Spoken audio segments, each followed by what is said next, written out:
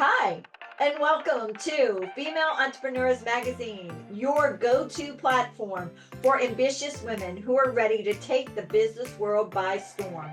I'm your host, Angel France, and each week we'll dive into the latest strategies, stories, and success secrets from the most inspiring female entrepreneurs around the world. Whether you're just starting out or scaling up, this is your space to connect, learn, and grow alongside a community of trailblazing women who, just like you, they are making their mark in the world of business. From personal branding to powerhouse marketing, from leadership to lifestyle tips, we've got you covered. So get ready to ignite your passion, fuel your purpose, and unlock your potential with Female Entrepreneurs Magazine. Let's make this journey together and turn your entrepreneurial dreams into reality. Hey guys, and welcome to the Real Female Entrepreneurs. Today's guest is a champion for natural beauty and self-acceptance. Meet the founder of the organic Biochemist. She is a brand born, the whole brand, her cosmetic line is born from her own journey to find products for her own natural skin and hair. With a master's in biotechnologies, she is a blended science with her knowledge to create organic, effective, and sustainable skincare and hair care. And guess what? Even at bath and body beauty products. Her mission is to help women embrace their authentic selves while promoting green beauty, health, and community development. She's even sourced local organic oils from rural women led cooperatives. That's got to be so cool. Supporting their livelihood along the way. Get ready to be inspired by someone making a total difference through individuality and sustainability. Please help me welcome the incredible founder of the Organic Biochemist, Wyonna-Jean Britten. Woohoo! So tell me, I'm so Hi, excited to be here. thank you so much for having me. I'm so excited to be here. I'm excited to be here. Oh, I love the fact that you're all natural, sustainability, you're resourcing oils from all different places and, for beauty. Thank you. Thank you. That's been the whole basis of my brand. I really wanted to have natural products that don't have synthetics in that, in the long run can lead to real bad skin complications and scalp complications. So when I began my brand, I was like, no, I'm going to start it from the get-go as natural and organic. Love that. So what actually flipped the switch for you to actually start your own brand and become the female entrepreneur you are? Okay, so where I come from in Zim, unemployment rates are really, really high. So after I graduated from university, I started my own natural cosmetic journey. So at that time, we didn't have our own like proudly Zimbabwean local brand. So I'd have to import brands from South Africa and other nearby countries to come in to do my hair and to have my skin, sorted. So then I thought to myself, no, wait a minute. Why don't we actually have our own brands that are local, using local products that are good for you, made by a local person? So that's when I decided to begin my brand. So I started off with bath time products, your bath salts, your bath bombs, the fun stuff. Then I migrated into skincare. So that's when I started making your body scrubs, your body polishes, your body creams, and your body butters. And then in 2021, I released my natural hair care brand, which is called Kint. So it caters to curly types of hair. So you have your conditioners, your shampoos, and just bracing your natural hair texture and skin. Wow. And okay, so you started this because for your own journey and because it was probably going to be hard to find a full-time job in Zimbabwe. But did your brain go, hey, I'm going to start a business? Or what was your goal when you went to school? So it was definitely not to start a business. So my whole goal was I was going to go do my bachelor's, and then I was going to leave Zim, go somewhere. I don't even know where exactly, and be employed, right? But I actually got married straight after I graduated. So my husband wasn't all for leaving the country. So I was like, okay, you know what? So let me go for plan B. And that's when I started my brand. I love that. I love the fact that you actually started it from nothing and you've grown it. And it's become you're now shipping, from my understanding. Where all have you've been shipping around the world almost, right? Yeah, so it's been so exciting. But of course, most of my sales are here in Zimbabwe, but I do ship to neighboring countries too. I've got a few clients in South Africa, in Botswana. I'm excited. I got a few in the UK, and I recently got a customer from Canada and an inquiry from Australia. So that is really amazing. That is really good. And then you're going to break into the US market soon, I'm sure. I hope so. Fingers crossed. So, I know you're pretty young, and you have young children. Yes. So I imagine this. I have a 2-year-old and a 7-month-old baby. So things are so hectic over here, and I work from home. So I renovated my cottage into my lab. So I have my lab, and then in the house I have my babies. So it's a lot of work, but I'm grateful because I get to be around my kids all the time. You know, it's a blessing and a curse at the same time.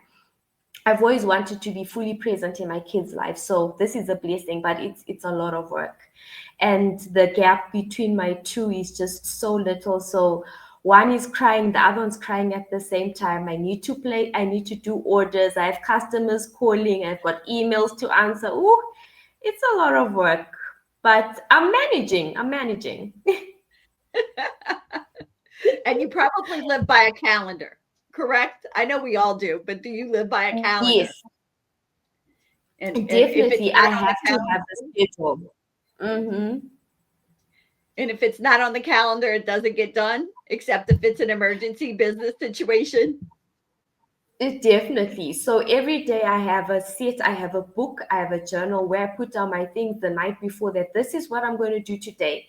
Anything that's not an emergency, we will see it tomorrow or even next week because I can't fit it in anywhere else. I definitely can't. Definitely not. All right. So you've just started your business, what, about 4 years, 4.5? Yes, 4.5 years ago.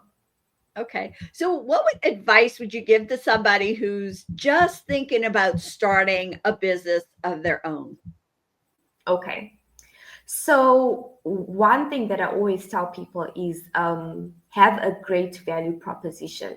What is it about you that people would want to either buy your product or have your service? So you have to find out what are people's pain points. That's why doctors are so famous and are always needed because they're always solving a problem. Do you know what I mean? They're always there, so they're always going to be needed. So when you start your business, you have to find out what problem are you solving. So for me, I was solving the problem of organic skincare products. So people would use conventional products and creams, maybe they would react to a certain synthetic ingredient in there. So I have a product that helps with that. With curly hair, there were no products for that in Zimbabwe at that time. So I came in and I was able to deal with that pain point. So when you come in with a business, you want to have a new idea, make sure that it is solving a problem, else you're wasting your time because why should I come to you to buy a product to get your service when it's not needed? So that's the main point. Have a good value proposition and find the people's pain point and solve it. Very good. Pain point is always the key. So talking about Mm. pain, struggles come up in business. Am I right? Oh, yep, definitely. So maybe there's somebody listening who's maybe going through a struggle in their business. what advice would you give them? What should they do? Could they keep moving on? What should they do? Is there a step they should take? Any ideas? Okay. So, when it comes to business, there's never any point in time where you won't have an issue, right? You will go through seasons, just like in your life, you go through seasons. So, with your business, you will, if you haven't already, you will encounter issues. Either it's trying to scale up, either it's difficult customers, um, difficult employees. You will find that you'll have issues. But when it comes to such things, you have to have grit. As an entrepreneur, you can't just, be tossed around by the wind. You have to have grit, you have to have vision. If you have vision for your brand, that will be able to determine how far you're going to go and how you're going to manage all these different things that come your way. And don't be scared to ask for advice from people who've gone ahead of you. You know what I mean? Go ask for advice. Don't feel like, oh, people won't think that I'm that important if I can't handle my issues. No, everyone has issues. Even though top management of big companies, they go and seek advice. So you will have issues. It's a given. Make sure that you seek advice where you can and just have grit and keep continuing, because you know what? How else are you going to grow if you don't find ways of solving the issues that are always going to come up anyways? I love grit because grit is the thing that keeps us pushing forward. Okay. Yeah. 18-year-old self, would you go back? What you've learned in business, what would you go back and tell your 18-year-old self? Oh gosh, I would tell her so much. First of all, I would say to her that, you know what, being employed is not the only way that you can earn an income. You can actually start something from scratch and it can actually be that good that it will grow into a business and you can create a legacy from it. So I didn't come from like a high income household, right? We had our struggles. There was no money for most, fancy things, right? So I always had that sort of inferiority complex about myself. And now going back, I would tell her that, you know what, where we come from doesn't determine where we end. You know, you can make the changes that are necessary and that are needed for your life, and you can become better and provide better for not only yourself but for the family that comes for you. So keep going. It's hard, I know. Keep pushing, keep believing, and life actually does support those who work hard. So keep going. That's what I would tell myself. So, what is one key strategy maybe that you've done that has actually helped you scale your business that people have maybe said, "Oh, don't do that. That's not going to work." Is there anything? Okay, so for me, when it came to scaling my business, I think it's always a process. Do you know what I mean? There's no point in time where you come like, oh, I've scaled and I'm happy, because demand always increases, right? So a key thing that has worked for me. I'm a scientist. I did biotech. I've never done any accounting or any commercial subjects. So for me now, having to look at my product and come up with the cost price was quite difficult for me in the beginning, because accounts and all of that it's not my thing. So I had to get help with that. So once I was able to properly cost my product, that helped me be able to plan how to scale up, because I had the correct costing.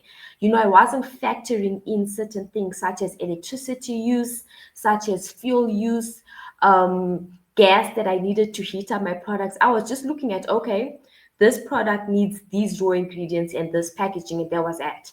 And I never factored in all those other components, which are key components, because you need electricity to make a product. You need fuel to go and do deliveries and to do pickups. You need to actually also add in your labor to it, because you're not working for free unless, I don't know, you're doing charity work. I'm not doing that at the moment. So I need to factor in my labor.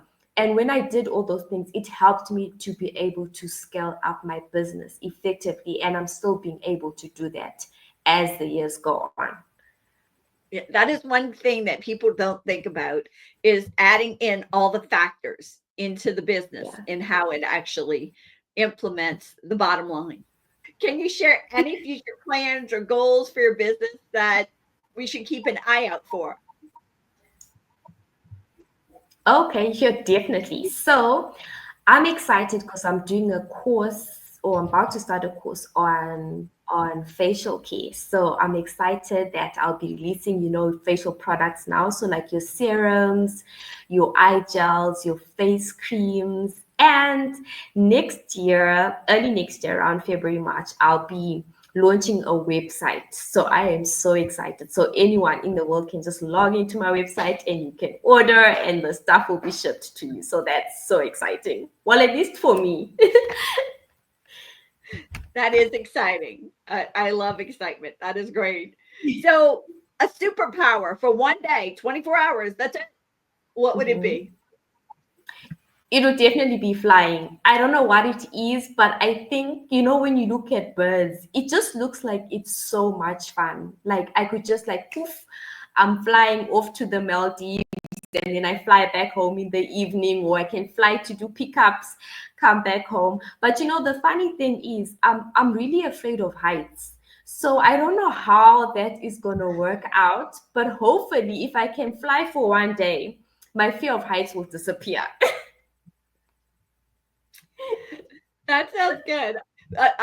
Feel the fear and do it anyway, correct? Exactly. That's what being courageous is. Hey, you do it scared. Yeah, it's like running your own business as a female, correct? Feel the fear and Oh, just do it anyway. whew, that should be the highest level of fear, actually. Okay, one fact about you that not a whole lot of people know about. Ooh, okay. So, one fact about me is that I love gardening. So, listen to this. I actually started my business, right, with my aim to close it after a year so that I can go into farming. So that was my whole plan. But as I don't know, fortune would have it, my business blew up so well that I now couldn't close it and I had to focus on it. So I'm actually a farmer by heart, not a cosmetic scientist. So yeah, but don't worry, I'm not closing my brand soon to go into farming. I'll add farming to it. But yeah, Yeah, that's the that's true what story of my brand I love and that. And me. I was getting ready to say that. I mean, because you can grow your own lavender and you can grow your own rosemary. You can grow all those things and get the oils and source everything from it yourself, can't you? Exactly, most definitely. So hopefully I'll get a plot of land, grow my herbs there and my essential oil plants and go from there. But yeah, that's one thing no one knows about. Well, not a lot of people actually know about me and my brands, that I was actually starting it to close it. So So, but I love the fact that you're going to be able to intertwine those two loves together. yes, especially on the sustainability part, because I'm very big on using natural plants and stuff. But what you find with most brands, what they do is that they just go into the field or wherever it is and they just pluck all the rosemary, all the lavender, and then they just leave the plants there to basically die. But that's not being sustainable. You're just going out, you're basically plucking the flora from the environment, you're not replacing it, and you're making these products. What happens in 10 years time when no one can find any more lavender in the bush, you see? But if you're farming it and you have a consistent and sustainable plan, you're actually contributing so well to the environment. Wow.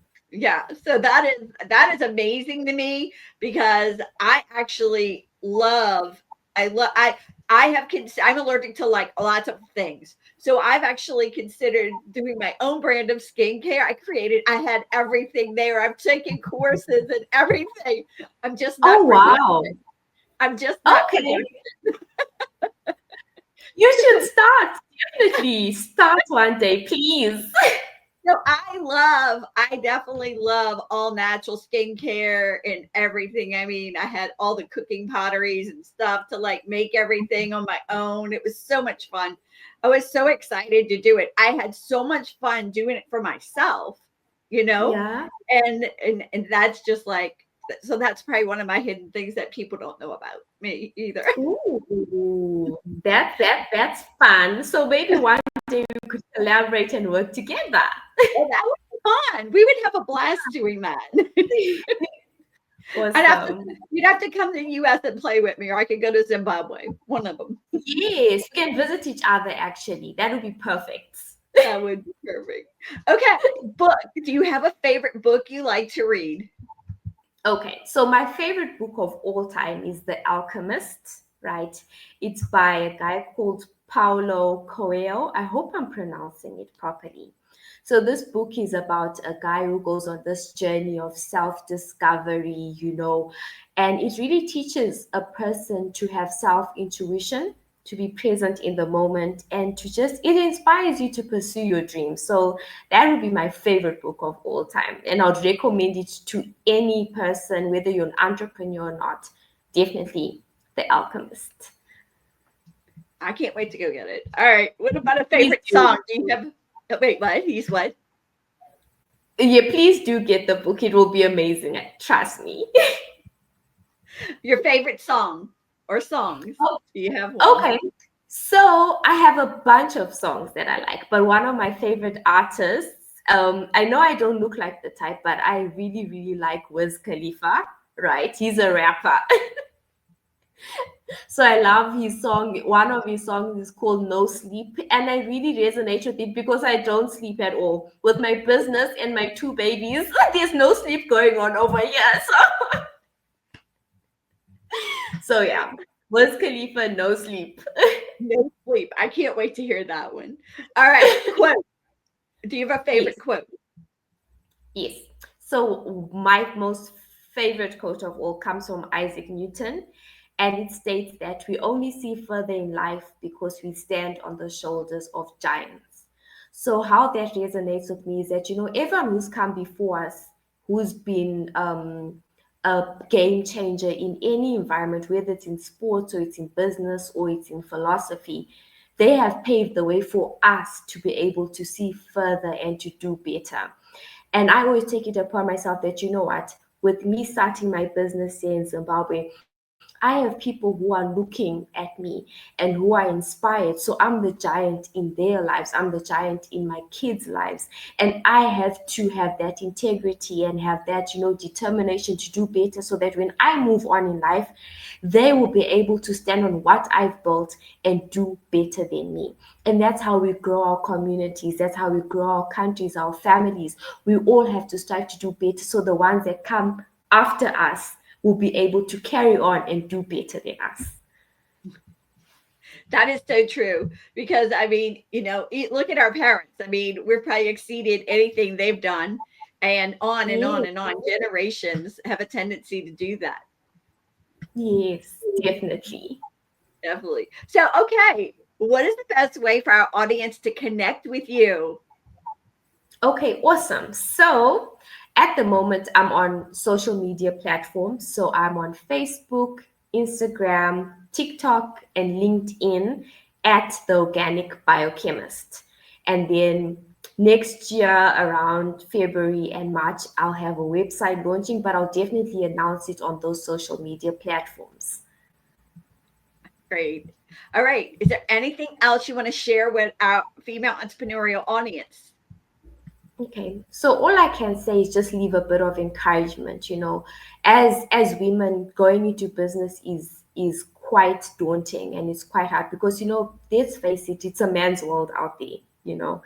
And some of the businesses we get into are male dominated, but that doesn't make you any less of a person. Going there, you hold the same kind of knowledge, you hold the same kind of power, you are able to move mountains. So don't be intimidated. Go for it. Go for your goals. Have integrity. Stand on that, and you will do well. You definitely will. Thank you so much, Wyonna. You're so wonderful being here with me. And oh my God, your products. I looked at all the pictures. I'm like, oh, I want to smell them. I want to feel them. Oh, thank you so much. Thank you so much for having me. This is such an honor, honestly, to have somebody from the States look at little Wyonna and be like, oh, we need to have her on our podcast. That is amazing. The honor is all mine, honestly. Thank you so much. Thank you for being with us. Thank you. Thank you so much for tuning in to this episode of Female Entrepreneurs Magazine. I hope you found inspiration, actionable tips, and a sense of connection with our incredible community of driven women. Don't forget to hit that subscribe button, leave a review, and share the episode with fellow entrepreneurs who are ready to elevate their game. Remember, your success is just the beginning, and we're here to support you in every step of the way. Until next time, keep shining, keep thriving, and remember, you have the power to create the business and life of your dreams. Stay inspired, and I'll see you in the next episode. Bye.